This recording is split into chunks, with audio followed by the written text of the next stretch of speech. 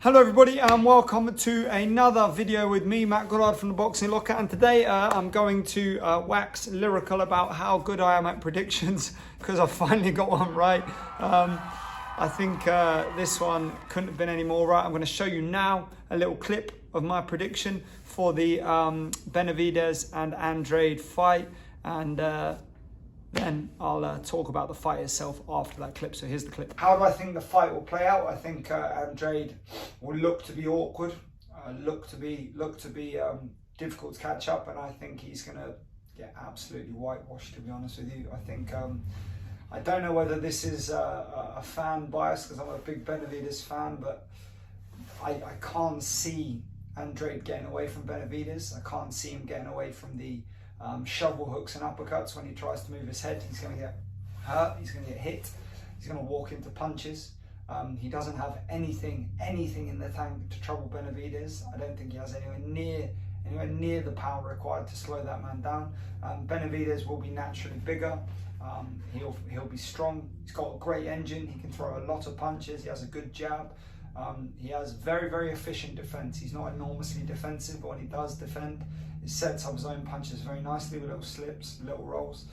He works well to body and head, and he's a very difficult man to make miss for a sustained period of time as a result of his punch volume and his punch selection. I think it won't go beyond 6. I think it may even be earlier than that, but I don't think it will go beyond 6. I think Andrade will look beat up. I think he'll get hurt. I think he might get dropped a couple of times, and I think we're going to see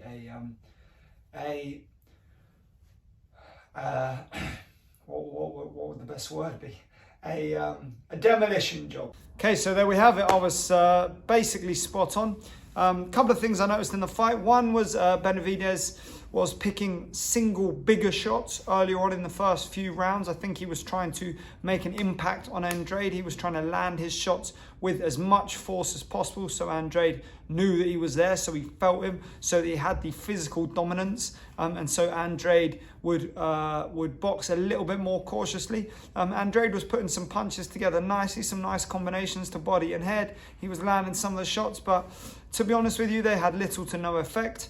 I noticed as well that Benavidez boxed almost exclusively in a neutral stance. He wasn't southpaw or orthodox. He was switching between the two, adapting and changing to suit. He practices that a lot. You see him a lot doing that in sparring.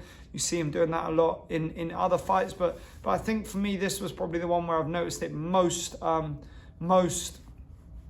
clearly. He landed some nice shots, I think, from the end of the third into the fourth onwards. And when he landed clean, they were hurting. After he hurt Andrade, he was picking some lovely body shots, coming, lifting the chin up, dropping back down, coming around the ears. All shots that have a massive effect. As I said in the prediction video, his punch selection is brilliant, and he has got a killer's instinct in him that with his engine is going to be very difficult to beat. As I said, we saw him get hit quite a lot, but no shots really seemed to have any kind of real effect. I think he knew that Andrade didn't have anything that was a danger to him. He knew that he would overcome him and overwhelm him, and I think he demonstrated perfectly the way to dispatch an opponent that you have no fear of. Next fights, obviously everybody wants to see Canelo. I really want to see Canelo. I think that would be a great fight. I think Canelo has the skill set to balance that fight out. He's a lot more calm in his movement. He's a lot more powerful in his punches, and Benavidez' size won't be such a dramatic effect to him as we saw with Andrade, who could not cope with that size at all. I would imagine when David Benavidez is stood in front of you, marching you down, you hit him a couple of times and he just throws a couple of big bombs at you. It's a very difficult psychology to overcome that.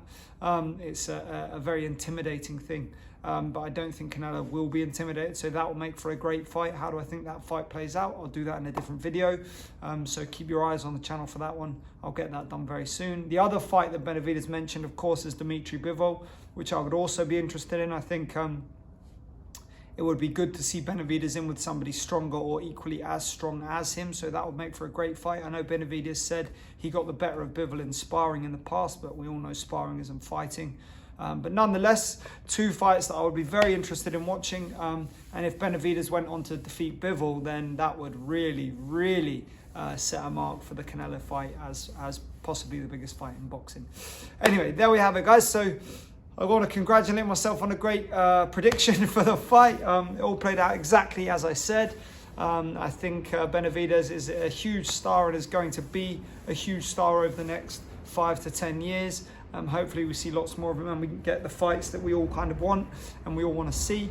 Let me know your thoughts about the Canelo and Bivol fights down below in the comments. Don't forget to like, subscribe and all that good stuff. Have a great day, everybody, and take care.